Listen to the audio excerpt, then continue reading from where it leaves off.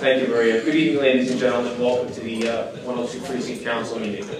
Before I get into the stats and what have you, I just want to thank Maria and everybody affiliated with the Greater Woodhaven Development Corp. They ran a great function, dinner dance on Friday night, which was attended by Mayor Bloomberg. And it was a good time was had by all, including myself. So thank you, Maria.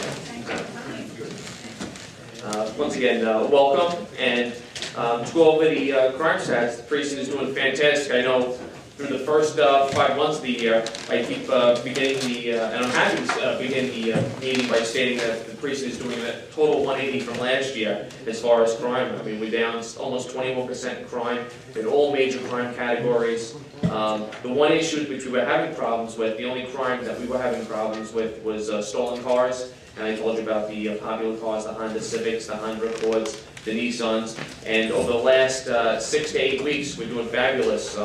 Over the last 4 weeks alone, we're down 69%. And for the year, we're down almost 18% in stolen cars. And it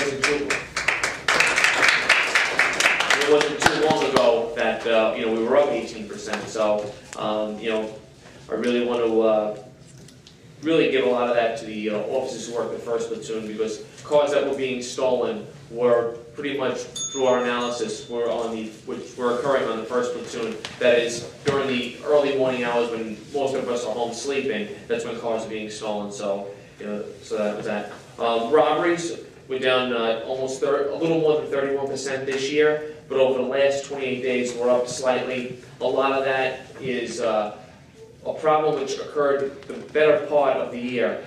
I would say the first 3 quarters of the year last year, and it wasn't occurring this year, but until just recently, within the last month, and it was a problem with a lot of youth-on-youth crime. The sidekicks, as I spoke, everyone who was here at last year's meetings, I spoke about the sidekicks.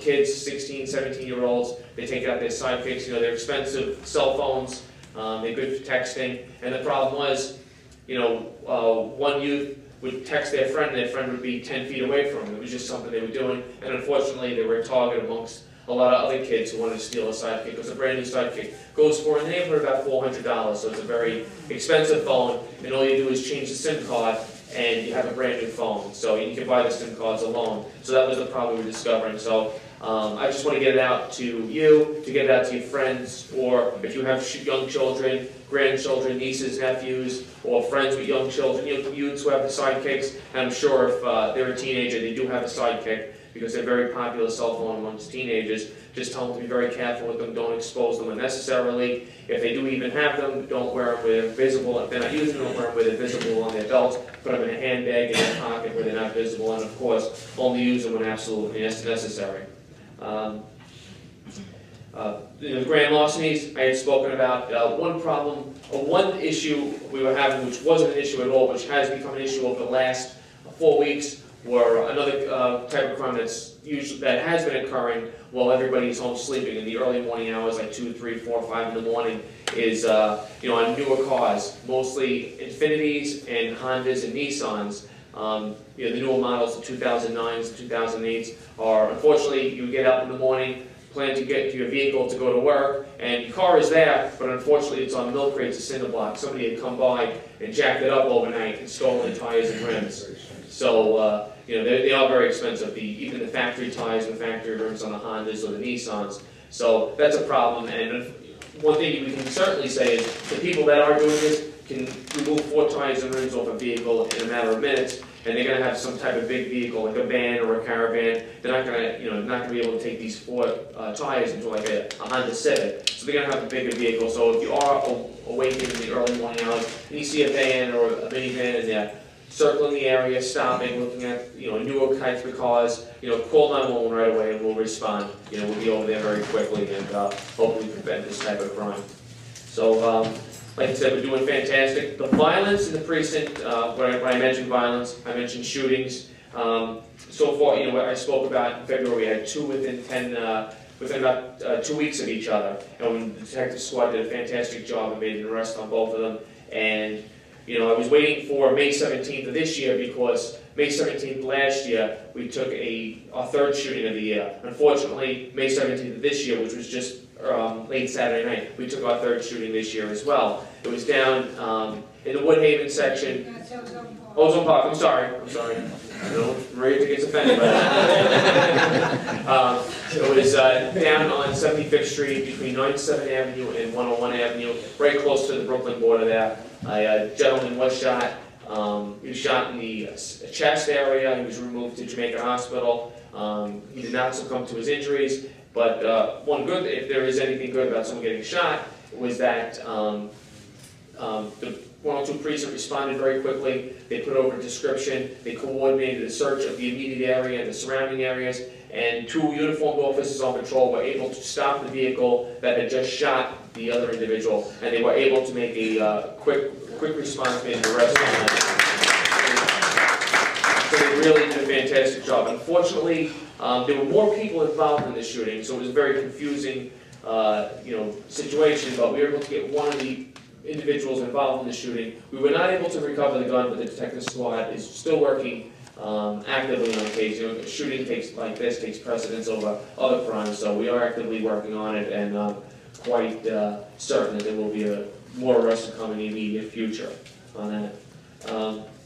Another issue that the president of the 112 Council, Ms. Chain, had mentioned, somebody had reached out to her about it. It was a problem that was occurring inside Forest Park. Criminal activities that were going on. Myself and my community affairs officers, John McCoy and Jason Remsen, we looked into it. We did a survey of the park ourselves, and we discovered that there was a problem there, a problem that needed to be addressed. And I coordinated a couple units within the precinct along with patrol, and over the last 2 weeks, we had an excess of 25 arrests inside the park. And so it's not as easy where you can go in there and make an arrest. It takes time, effort, patience, and good observation skills and everything else. So they have been doing a good job. We're going to continue to enforce it, and hopefully we'll rid the Forest Park of this problem, and I'm confident we will. So I just want to let everybody know that it is being addressed. Another issue, which is always an issue in the 102 precinct, is graffiti.